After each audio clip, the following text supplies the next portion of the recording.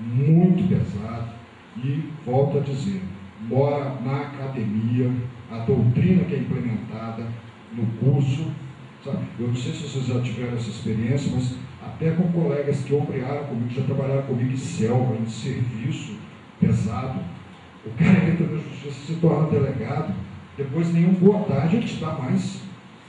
Não sei se vocês já tiveram essa ideia, é uma coisa estranha, quer dizer que a autoridade, o cara, ele perde simplesmente a condição de te dar um cumprimento, de cumprimentar, entendeu? Então é só isso que eu tinha que falar, talvez até como um desabafo de tudo que eu vi aqui. E eu gostaria de ter dito assim, na minha época era pior. Não, eu acho que está ficando pior agora. Tá bom?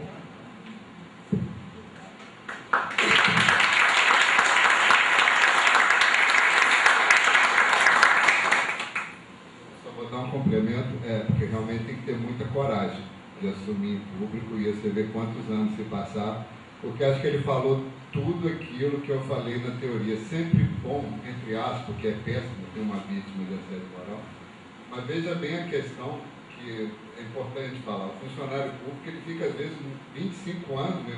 Ali é uma casa para você, é um clube, tudo, e de repente, da noite para o dia, você não pode entrar lá, as pessoas, se aposentado, parece que acabou a sua vida. Talvez os sindicatos também tenham que fazer um trabalho aí de preparação para a saída, porque com 25 anos você sai novo, você sai com perto de 50 anos, em plena força produtiva, né? E realmente eu queria te agradecer e parabenizar aí pelo seu depoimento corajoso. Eu percebi que você se emocionou mesmo. E realmente eu acho que você falou duas coisas aqui que são muito importantes. Primeiro, que atualmente está pior, porque antes as coisas eram mais escancaradas mesmo, né? Era na base da briga, da violência. Hoje não, é sutil. E aquela questão que nós falamos no início, né, Renato? Como é importante uma construção de um saber e a transmissão desse saber. Acho que ele colocou muito bem como o saber é transmitido nas academias. Então, cabe a nós, trabalhadores, também construir o nosso saber, transmitir o nosso saber como contraponto. E, mais uma vez, eu agradeço o seu depoimento corajoso, que comprova realmente que o assédio moral é um caso sério. Vamos continuar o debate? E a instituição, ela desconhece se eu estou em tratamento, se eu não estou, que tipo de arma eu estou portando ou não, quantas, e quais são as minhas perspectivas pessoais e individuais para estar na condição que eu estou. Assim como um colega, que na mesma situação que eu, está numa licença que é interesse nosso, o departamento não tem. Se existe esse procedimento, ele não efetiva, de tomar a iniciativa institucional de segurança dos pares e da sociedade em relação à condição efetiva de trabalho de cada um. É uma preocupação zero, isso. E simplesmente ignora. É mais um número, apenas um número. Ali, quando volta a trabalhar, também um número. Não existe nenhum tipo de interesse institucional. Aí eu muito questiono a questão de gestão, de modelo de gestão, inclusive de segurança pública, porque o departamento ele não está apenas desconsiderando uma questão, digamos, um modelo de gestão da iniciativa privada que não está sendo aplicado, ele está desconsiderando o modelo de gestão de segurança pública, que é pauta que existe em qualquer instituição dessas, que inexiste no departamento. É muito mais além da questão humana individual e até institucional, que fosse pelo interesse institucional, é um despreparo tão grande dos nossos gestores que não existe isso. E além disso, há a indiferença nos corredores, a indiferença do dia a dia. Eu ouso, não sei, né, mas no ambiente que a gente vive, eu ouso, o senhor me desculpe, discordar do senhor, o que a Cristiane colocou, isso é muito simbólico lá dentro. Essa questão da placa, da posição, do tamanho da letra,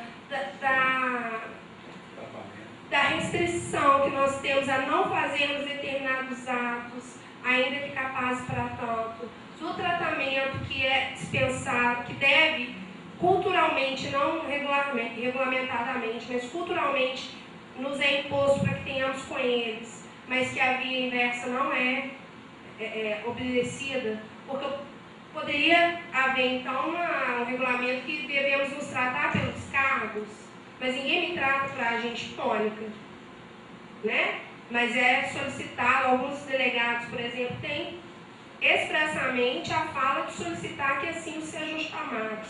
E entre nós, há colegas que pensam que já estão tão imbuídos nessa cultura da subserviência, que diante de terceiras pessoas, por exemplo, intimado, não chamar o delegado de doutor é permitir ao terceiro intimado ouvido que tenha uma leitura de desrespeito em relação à autoridade que está ali. Quer dizer, a lógica perversa entre nós também, porque essa lavagem que existe na academia, ela existe conosco também. Então nós também achamos, eu não, mas existe uma cultura de que acha que não chamar o delegado de doutor na frente do intimado é contra a imagem do DPF. E outra coisa, nós chegamos a esse ponto da greve, na minha opinião, que foi fundamental porque nós, EVAs, decidimos que não vamos mais viver da imagem do DPF ser o que não é. Então, acho que a ruptura maior que aconteceu agora foi essa. Nós pusemos para a sociedade o que realmente acontece, do que nós vivemos. Vivemos no lixo, assim, né?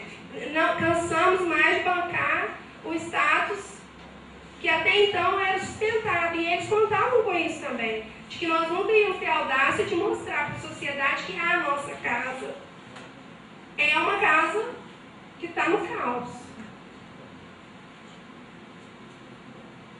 Que bom que você discordou de mim, porque eu quero deixar bem claro que eu não sou nenhum dono da verdade. Agora, o que acontece?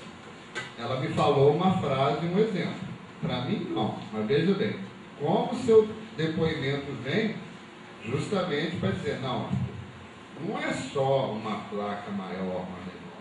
É toda uma estrutura da organização do trabalho.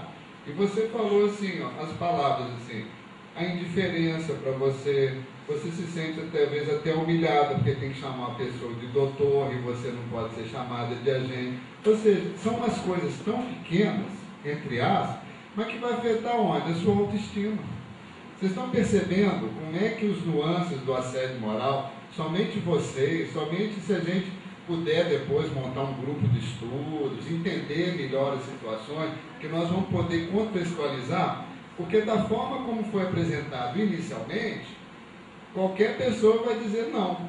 Mas da forma como você colocou, você não colocou só uma questão da placa, você colocou toda uma questão da cultura, que o doutor Giovanni colocou muito bem, porque exatamente você comprovou na prática o que é esse fruto dessa academia. A pessoa chega lá, autoritária, eu sou doutor, aí eu queria até deixar, não tem doutorado não, esse pessoal fica me chamando de doutor para lá e para cá, mas o que acontece? Então, qual que é a necessidade dessa pessoa de ser chamada de doutor e não te chamar por agente? Porque acho que você colocou uma lógica. Pô, se ele me chama de doutor, delegado... eu chamar de delegado, não de doutor, porque ele não tem... Mas ele, pelo menos, teria que chamar de senhora agente, né, de senhora isso, ou seja, que esteja o mesmo tratamento. Então, mais uma vez, a gente está perpassando a questão do autoritarismo, e o que magoa é as coisas que as pessoas falam. Ah, não, isso é frescura, essa indiferença, igual ele falou, uma falta de um bom dia, 25 anos numa repartição, você sai de lá, não pode mais entrar. Então, são essas coisas, acho que você falou muito bem. Na realidade, o movimento de vocês é contra essa cultura organizacional, é contra esse modo de trabalhar que vocês não estão aceitando mais. E por quê? Porque se permanece uma hierarquia rígida, excludente, e você se emocionou também, porque eu acho que o sentimento que você tem de humilhação. Estou enganado? Você se sente humilhado? Eu me sinto como profissional. A minha vida não inclui apenas no ambiente de trabalho, mas no ambiente profissional.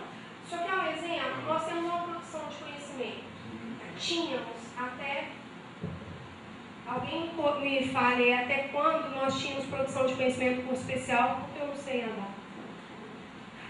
Por hipótese, até 2010, 2009, nós, agentes escrivães papiloscopistas, íamos para a academia Tínhamos lá, adquirimos através de um curso misto de à distância e presencial, a pós-graduação em segurança pública, e produzimos monografias. Há monografias excelentes nesse conteúdo. O que eles fizeram? Eles interromperam esse ciclo. Nós agora, a monografia dessas pessoas, aliás, não há mais produção de conhecimento, não há mais monografias. O curso é apenas virtual. A lógica é perversa porque as pessoas, não tem que ir para Brasília, que bom, não tem que fazer monografia, que bom. Mas é a lógica perversa do soterramento e do embotamento. E a produção de conhecimento que houve até então, ela não teve visibilidade nenhuma. Houve revisão de fluxos, pessoas estudaram para revisão de fluxos, produziram conhecimento de diversas áreas, e está tudo lá em estantes na academia. Nós não temos visibilidade.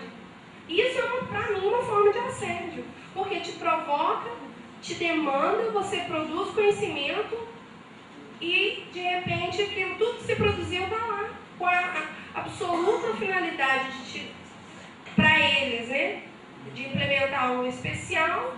Você teve um envolvimento intelectual naquilo, dentro da academia, no fundo das estantes. As monografias dos delegados certamente devem ter sido publicadas, etc, não sei onde anda. E é uma produção de conhecimento morta em várias áreas, educação física, dentro do EPF, diversas áreas de conhecimento, mas estão lá. E o que fizeram é interromper esse ciclo. Então, quando eles viram que nós, agentes rivais capiloscopistas, tínhamos condição de produzir conhecimento de qualidade, fizeram o quê? Excluíram a nossa produção de conhecimento. E isso não tem visibilidade, ninguém comenta sobre isso. Ninguém percebe que isso aí é uma forma de embotamento e de inversão de autoestima. Porque, ótimo, não vamos produzir conhecimento, vamos ter implemento do vencimento da classe especial e ok. Tem um aspecto muito interessante do que você falou, porque o sindicato representa os 5 cargos. Nós temos um delegado sindicalizado, ele foi fazer o curso de especialização na Academia Nacional de Polícia, e o tema dele era ciência policial, com uma abordagem multidisciplinar. Ele é o mais puro bom senso. O que ele chegou à conclusão? Ele queria trabalhar isso cientificamente, que a polícia não era só direito. Polícia também é sociologia, antropologia, a própria psicologia. Só que o orientador dele, que hoje é o chefe do Centro de Estudos, de Altos Estudos da Academia, virou para ele e falou: olha, eu não concordo com o seu tema. Eu vou te indicar uma bibliografia aqui que eu gostaria que você levasse. Aí, logicamente, falou: não, peraí, eu sou formado, é formado aqui no FMG em Direito, falou: não, o tema é meu, eu desenvolvo e você avalia a metodologia que eu apliquei. Qual que foi a conclusão? Ele foi desligado do curso. Fizeram-no desistir do curso de especialização na academia. Eu gostaria de aproveitar e chamar o nosso advogado aqui do sindicato, Thiago Pena, para participar também. E aí eu passo a palavra para os palestrantes.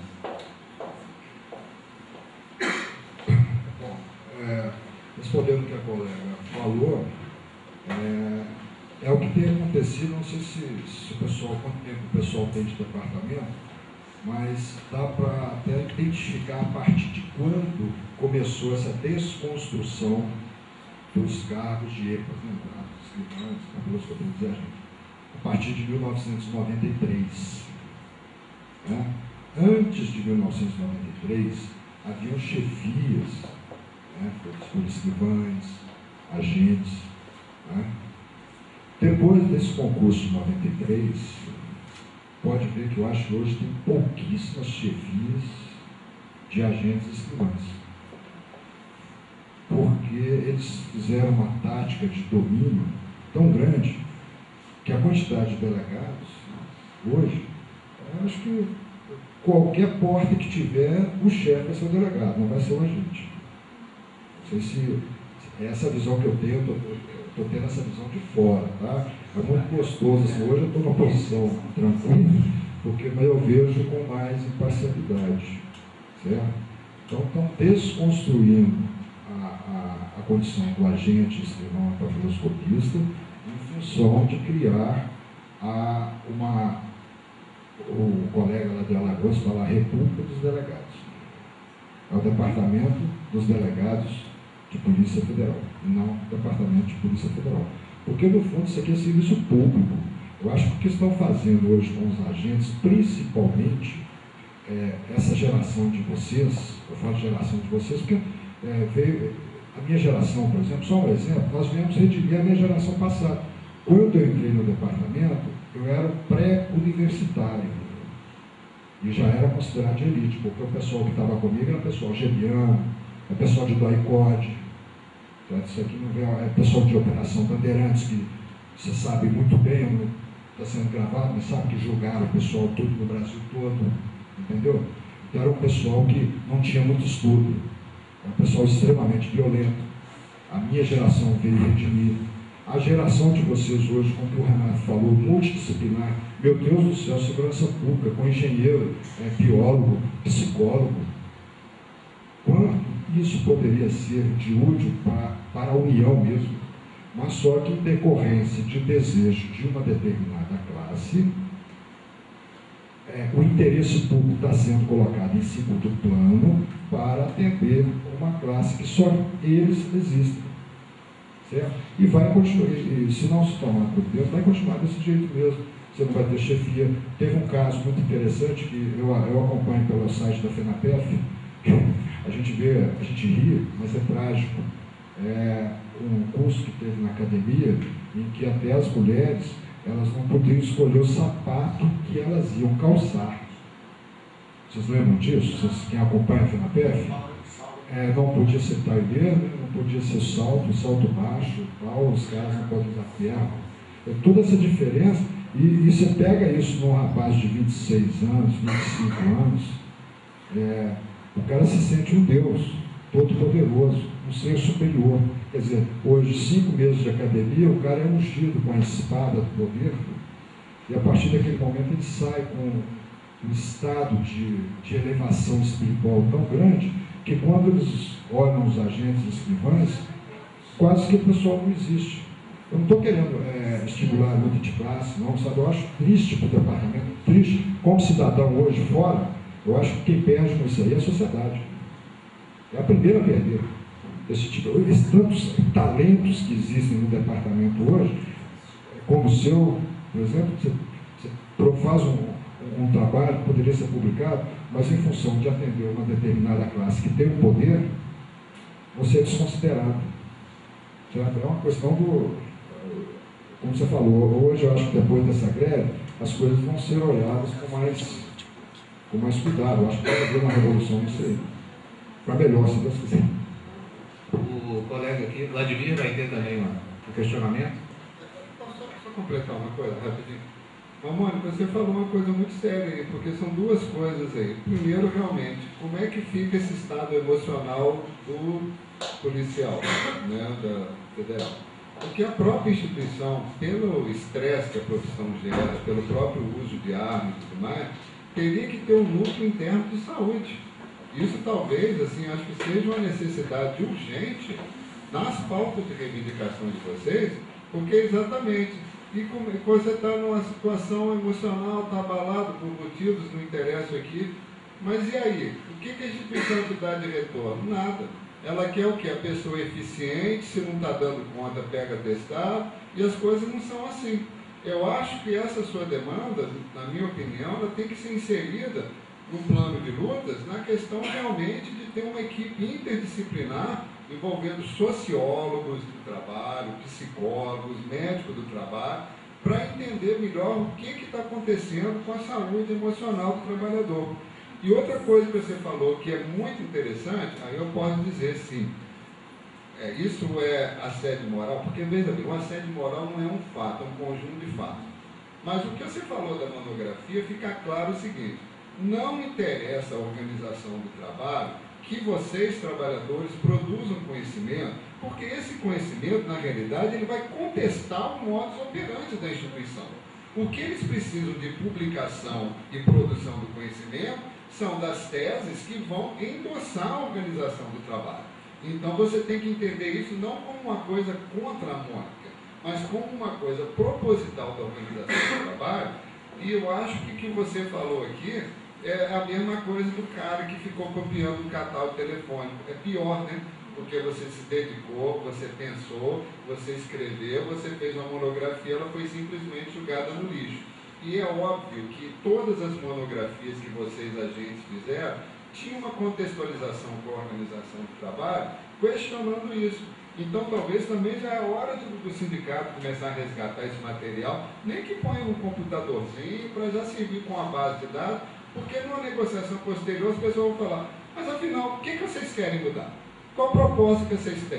Essas propostas estão fundamentadas em quê? Não, nada melhor não. Tem uma monografia que foi feita dentro do sistema da escola, porque é justamente somente com conhecimento que nós vamos poder assim mudar o mundo. E nós nunca podemos esquecer que a educação, assim como a mídia, são os grandes aparelhos ideológicos do Estado. A gente vê que o nazismo e o fascismo, eles trabalharam na infância. Então, aquele menino que era da juventude hitlerista, depois formou as SS, eles já estavam sendo doutrinados há muitos e muitos anos. E igual o doutor Giovanni falou, depois que uma criança é doutrinada, é muito difícil de você mudar. Então, realmente, eu acho que o desafio, os caminhos, vocês acham que vocês estão com os caminhos, mas vocês ainda não conseguem visualizar que o caminho realmente é esse e que vocês estão sendo realmente impedidos, truncados, porque não interessa a organização do trabalho atual que vocês levem suas demandas para melhorar a organização do trabalho, porque melhorar é alterar, né? E alterar a gente sabe que as pessoas que estão aqui não querem alterações. Você quer falar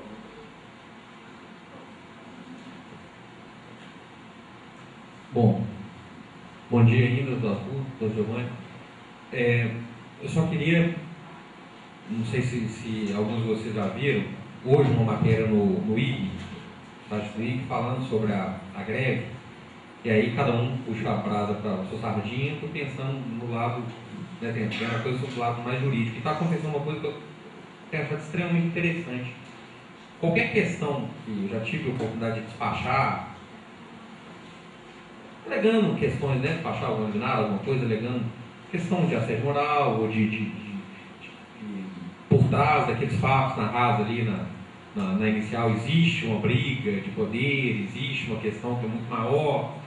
E eu percebia, às vezes, né, a gente já falou disso do lado jurídico, mas percebia, às vezes, uma reação ruim do judiciário, como quem diz assim, isso é picuinha, não vou me meter nisso não. E eu acho que o mérito que vocês estão tendo, e é uma coragem que tem que ser destacada, é de mostrar para o Brasil que não é picuinha.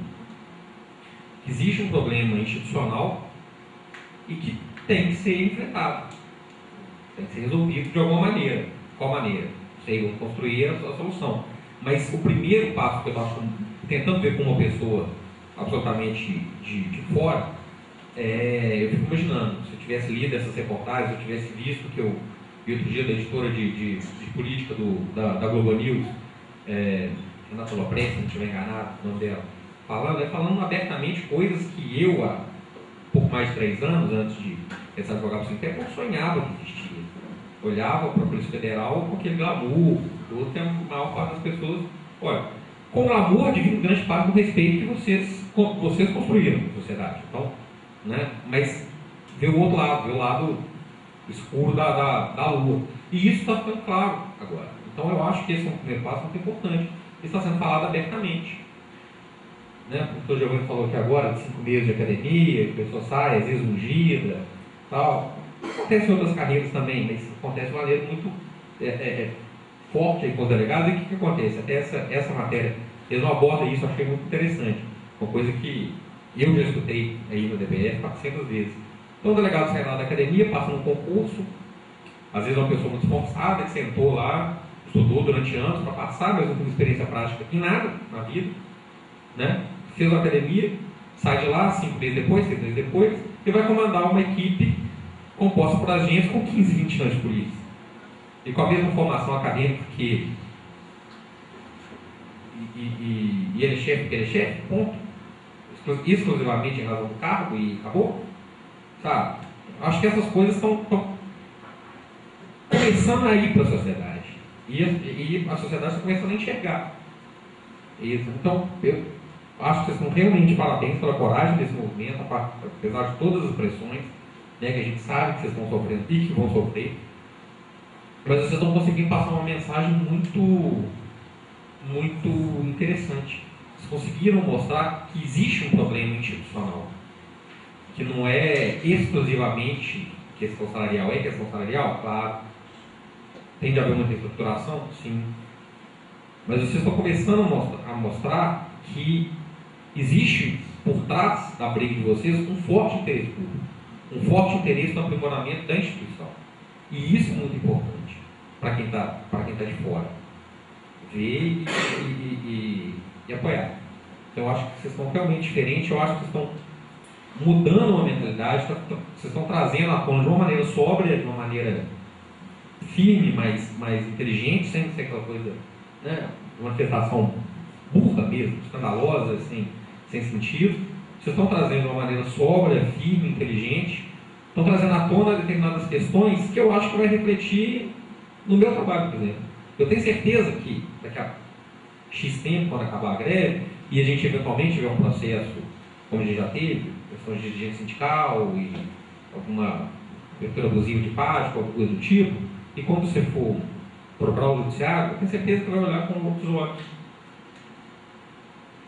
Porque vão saber. Hoje as pessoas sabem mais o que aconteceu, o que acontece dentro do DPF. Então, uma coisa que eu queria falar é isso. Vocês estão realmente parabéns pela linha escolhida, pelos objetivos traçados e pela forma que vem sendo conduzido. Vocês estão realmente parabéns. Só tinha uma questão, na verdade uma opinião e uma questão.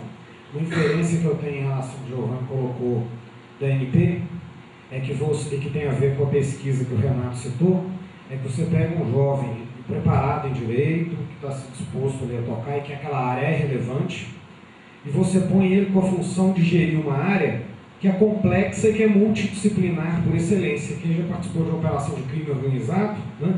O conhecimento jurídico é uma faceta entre 10. Então você às vezes precisa muito mais do analista de sistemas que vai concatenar os links entre os indivíduos, do analista contábil, financeiro, do cara que tem capacidade social de recrutar informantes, de acompanhar situações, do sujeito que tem capacidade teórica de concatenar aquele conjunto de informações e produzir sentido. E ao contrário de carreiras realmente jurídicas, como é o judiciário, né, o Ministério Público, em que o sujeito pode entrar jovem, mas o ativo central é o direito, no caso da investigação, no mundo inteiro, né, talvez com exceção aqui, é uma atividade multidisciplinar. Então você dá uma tarefa para esse jovem que se torna delegado, quase impossível, que é ele ser o protagonista central de uma atividade que não pode ser, que não tem um protagonista, ou não dessa forma. Então acaba que ele resvala, e ele não é um cara com noção de gestão de qualquer estrutura, ele resvala para práticas arbitrárias, para negar o seu conhecimento, para primar o modelo inquisitorial, porque se estabeleceu uma meta para ele impossível de ser alcançada, e a consequência estratégica disso, além do assédio coletivo, é a ausência de eficiência. Né? Se a gente conseguir, como Ministério Público, a estatística do volume de inquéritos que viram denúncia, eu imagino que seja risível, né? Que a gente está pagando um montante para uma instituição enorme, para cada 100 inquéritos relatados, né, que você pode relatar que não conseguiu nada, você tenha 10 ou 20 denúncias em cima daquilo ali. Agora, entrando na questão do assédio, da identificação do assédio, é engraçado que você vai vivendo, entra na polícia entusiasmada e não para pensar. Então, por exemplo, onde estão, a gente denomina os policiais com mais tempo de carreira antigões, né? Onde estão os antigões dentro do DPF? O normal era você chegar nas áreas, né, entorpecente, núcleo de inteligência, fazendária, ter colegas com 20, 25, 30 anos de polícia te recebendo, ensinando o trabalho e fazendo essa transmissão geracional. Esses colegas praticamente não existem nesses espaços, você encontra eles no plantão, né? Seja da superintendência, no aeroporto, no núcleo, né, de informática, numa atividade que eles estejam distantes disso. Mas você acha que eu atribuo isso à jornada dessa pessoa, que em algum momento dela, ela teve um ponto de decepção, porque tem colegas que você vai mapear a história, tiveram uma história brilhante. Só que isso parou há 10 anos atrás, há 15 anos atrás, nós chegamos depois dessa história. Então você vai encontrar com os colegas já com desprezo social construído. Não, isso é antigão, não quer mais nada com o trabalho, né? Tá bom, digamos que isso seja verdade, mas por quê? Né? Só porque cansou, porque resolveu jogar futevôlei, né, com a família, ou porque teve um corte num determinado momento, uma sequência de cortes, como nós estamos vivenciando agora, na própria pele, e que a pessoa diz, para mim não dá mais, eu não dou conta, o máximo que eu dou conta é de sobreviver aqui até a aposentadoria. Então eu acho que uma pesquisa muito interessante a ser feita era tentar trazer a história dessas pessoas à tona, para a gente entender um pouco mais como é a instituição, porque essas pessoas sumiram, elas são invisíveis socialmente para nós todos, e elas contam uma história, como o Giovanni trouxe aqui, que é uma história rica, tipo assim, viva, e que nós perdemos ela porque essas pessoas foram sendo fragmentadas e imagino que demolidas, como nós também vivemos.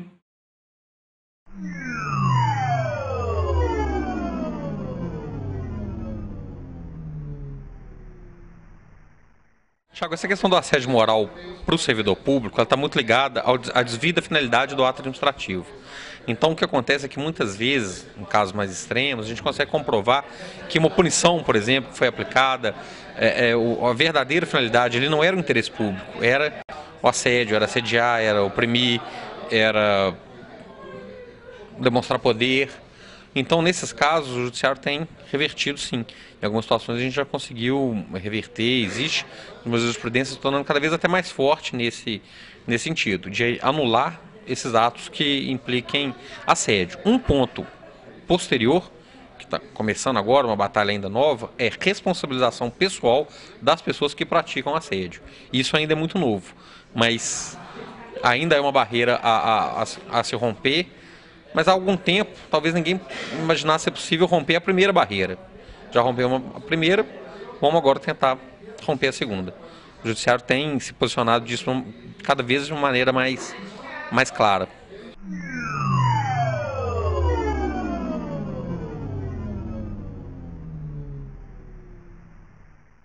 O que nós temos que entender é o seguinte: quais que são os mecanismos usados, qual que é a lógica que foi usada para essa transferência.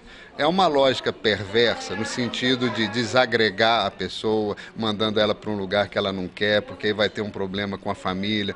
Essa realmente é uma punição por causa do movimento. Então, acho que cada caso ele tem que ser analisado friamente, mas nós sabemos que muitos casos de assédio moral acontecem dessa forma.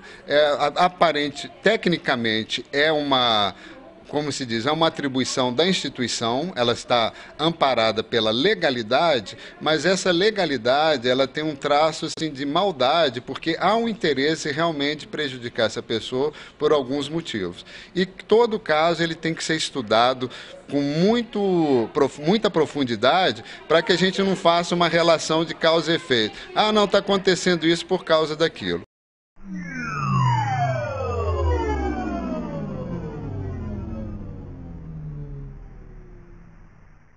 O que acontece é o seguinte: se todo grupo está sofrendo essa carga de trabalho, eu diria assim, em excesso, talvez fosse uma palavra que eu poderia trabalhar, é porque alguma coisa da organização do trabalho está falha, ou seja, falta pessoal para o grande número de pessoas. Agora, se dentro do grupo alguma pessoa é sempre aquela que tem uma carga de trabalho muito maior do que os outros, realmente já pode haver ali um indício que está tendo um tratamento diferenciado essa pessoa. E nós temos que entender o porquê e por que é justamente essa pessoa que está tendo mais trabalho que o grupo. Porque nós temos que entender também que dentro da organização do trabalho, muitas vezes surge um período de metas, de agilização do trabalho, que todo o grupo é envolvido.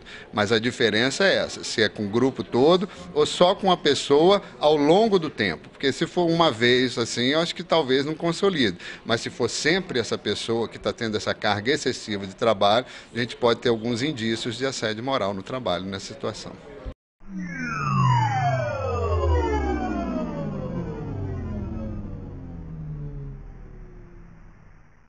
Posso te falar que ela já está vivenciando um processo de assédio moral, porque uma das características é desvalorizar, desqualificar a pessoa, para que ela se sinta uma pessoa inútil. Então, o que é importante é a informação. Essa pessoa ela tem que entender que ela está introjetando um discurso que tem o interesse de prejudicá-la.